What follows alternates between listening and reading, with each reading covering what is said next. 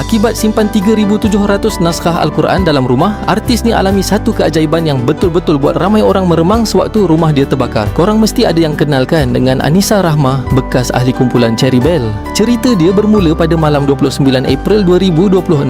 Mak Anissa pasang sebatang lilin atas meja makan semata-mata nak halau lalat. Tapi malam tu, mak dia penat sangat sampai terlelap dan terlupa yang lilin tu still menyala. Pukul 2.30 pagi, mak dia terjaga. Bila buka je pintu bilik, api dah marak naik sampai ke siling. Langsir, meja makan semua dah terbakar. Paling seram, api tu dekat sangat dengan dapur tempat diorang simpan tong gas. Anissa yang tengah tidur terus dikejutkan. Dia tak fikir pun nak selamatkan barang berharga. Dia cuma angkat anak-anak dia, sambar telefon dan lari keluar sehelai sepinggang. Walaupun bomba cepat sampai, 80% rumah dia dah musnah. Ruang tamu, ruang makan, semua rentung jadi arang. Betul lah orang kata malang tu tak berbau. Keesokan harinya, diorang balik semula untuk tengok sisa apa yang tinggal. Dan kat sinilah peristiwa paling mind-blowing berlaku. Bawah tangga rumah tu ada satu bilik stor kecil. Bila pintu tu dibuka, kotak-kotak dalam bilik tu tersusun elok je atas rak. Sikit pun tak hangus, tak berjelaga, air bomba pun tak masuk dalam bilik tu. Korang tahu tak apa isi dalam kotak-kotak tu? Ribuan naskah Al-Quran tau. Anissa sendiri yang tunjuk kat wartawan. Treadmill dan bingkai pintu kat sebelah bilik tu semua dah hancur jadi abu. Tapi di sebalik dinding stor tu ada 3,700 naskah Al-Quran yang alhamdulillah Allah pelihara. Api sikit pun tak tembus. Dan ini yang ramai orang tak tahu. Al-Quran tu bukan semata-mata stok untuk dijual, tapi sebahagian besarnya memang diorang simpan dengan niat untuk diwakafkan. Bila difikirkan balik, api tu telan habis rumah yang diorang duduk, tapi benda yang diorang niatkan untuk orang lain,